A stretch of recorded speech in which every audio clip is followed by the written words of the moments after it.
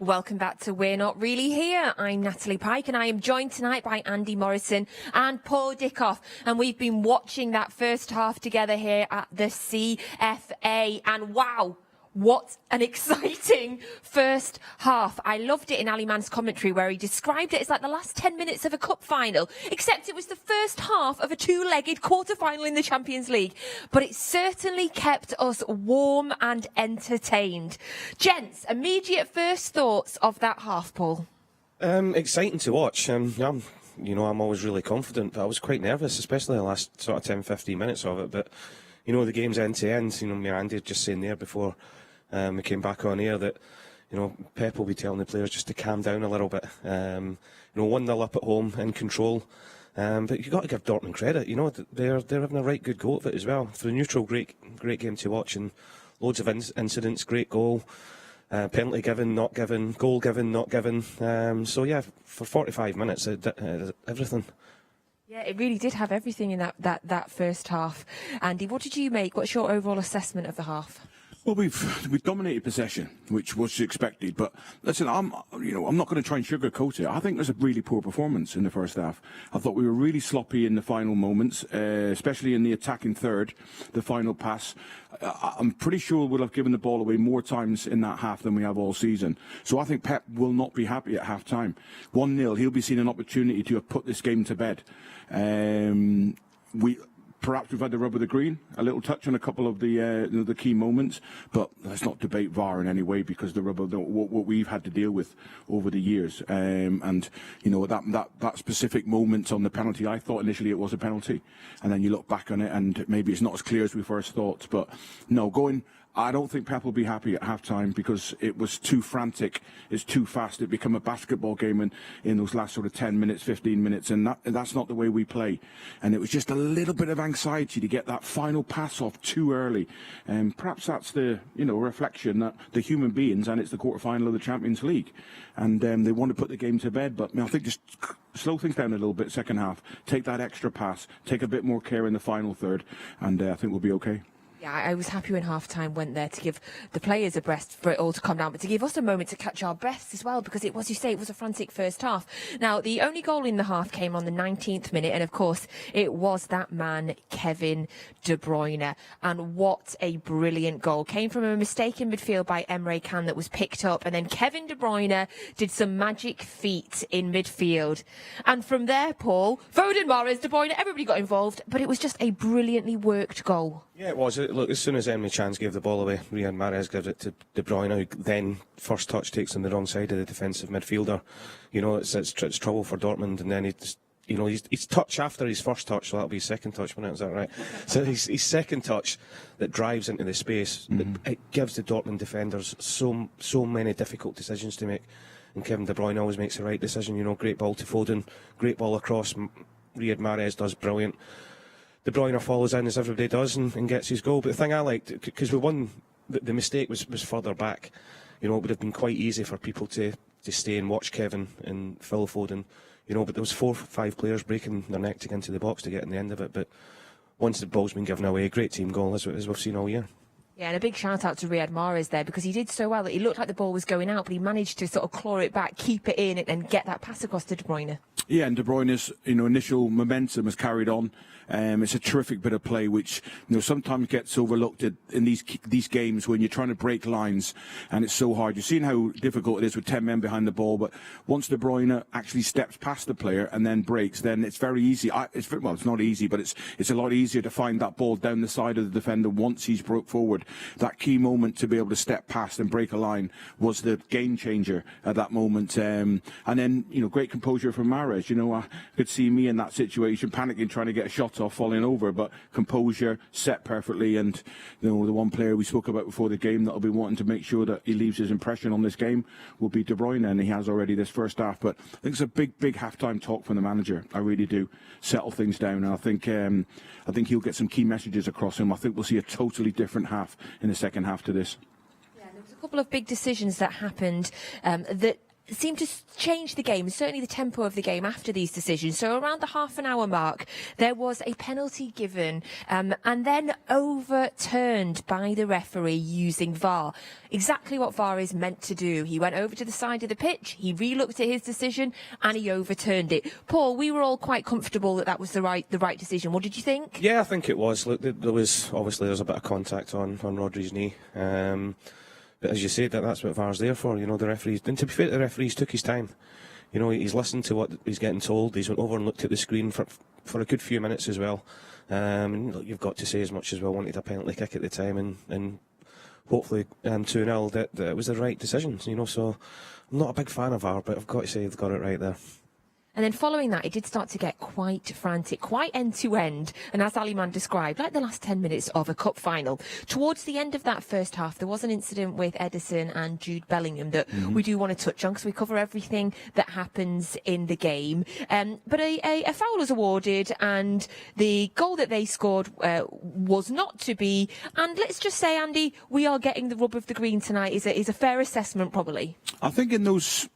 on that key, that key moment, I think we have. Domestically, I don't think it's a foul. On the European stage, and been fortunate enough to be over the years now and be incredibly frustrated by European referees, and they see that any raising of the foot or the studs, for me, he may have won the ball and then Ederson's kicked him, but on a European stage, as soon as the foot comes up in any way, it's a foul. It's a foul given, and it's what they're told how to officiate, and you have to adhere to them rules. But I think domestically, I don't think it would have been a foul.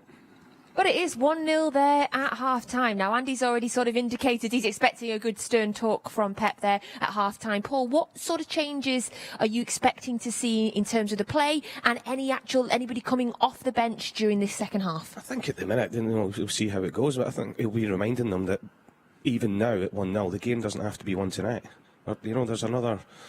there's 3 halves to be played, here and over in Dortmund, but I think I'd just be saying to them just to calm down a little bit. We're that used to City being patient and breaking the block down that teams try to put against us, and if that means having 3 or 4 passes going side to side, trying to stretch widthwise to open up little spaces in behind, they do that. But I just feel that we're trying to do that after 1 or 2 passes now, when it's not on, and we're giving the ball away, and that's let Dortmund come back into the game a little bit. So Pep will just be telling them, look, just get back to what we're good at. And because I think, Paul, I think it's a reflection of the game and it being Champions League. We're 1-0 up. It's 3 points in the bag normally in the league. Job done.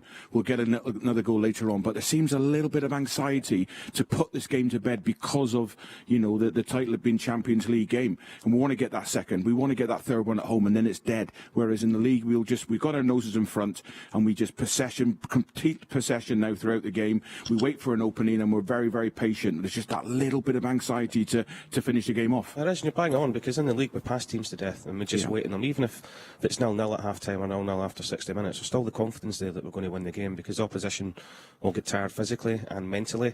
I think tonight is just that little bit of excitement, massive occasion, desperate to get into the semi-finals, and the second half, they've got enough experienced players and the managers, the best, to go out in the second half and just calm things down a little bit.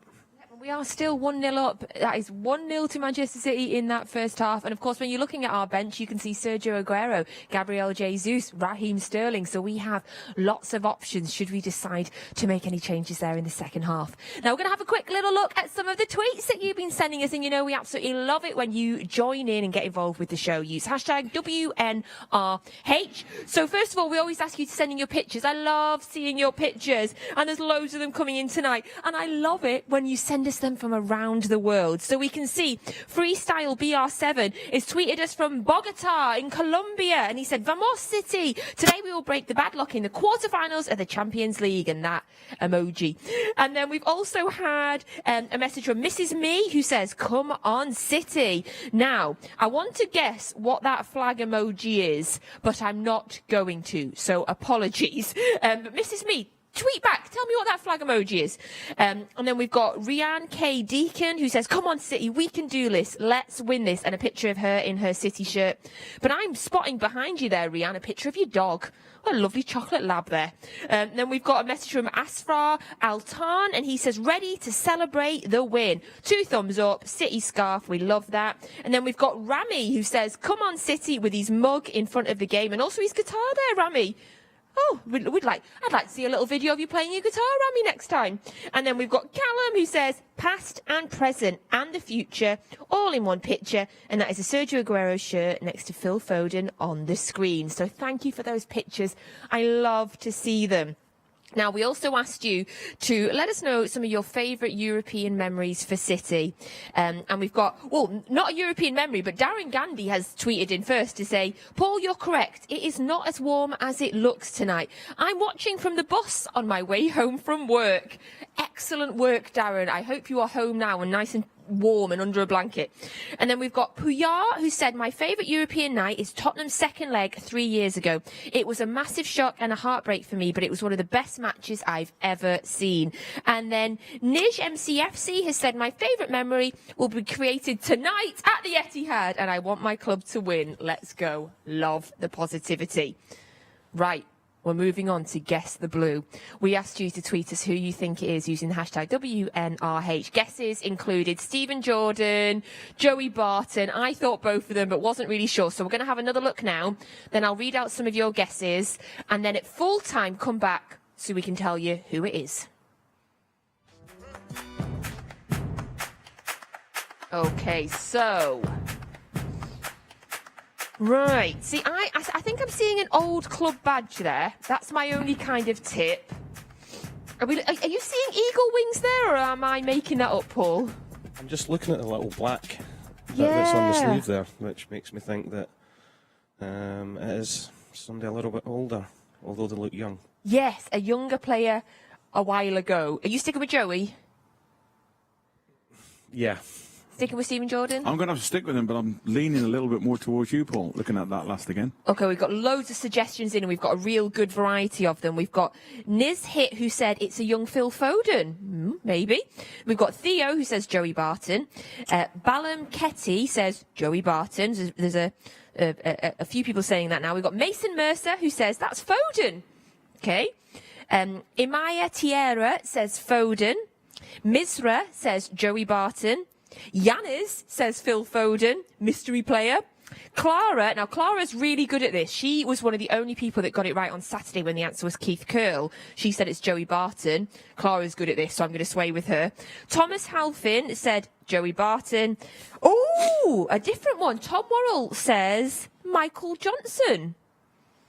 I thought his hair was more blonde. Would you think? I think maybe that hair looks a bit dark.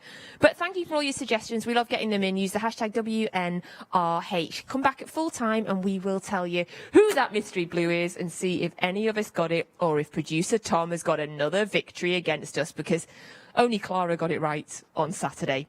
So we are minutes away from the start of the second half. Thank you very much for joining us on here on We're Not Really Here. We'll be back at full time as soon as that whistle goes to hopefully be talking about a City win in this first leg of the quarter final. So enjoy the second half. Hopefully we might be able to catch our breath at some point. We'll see you at full time.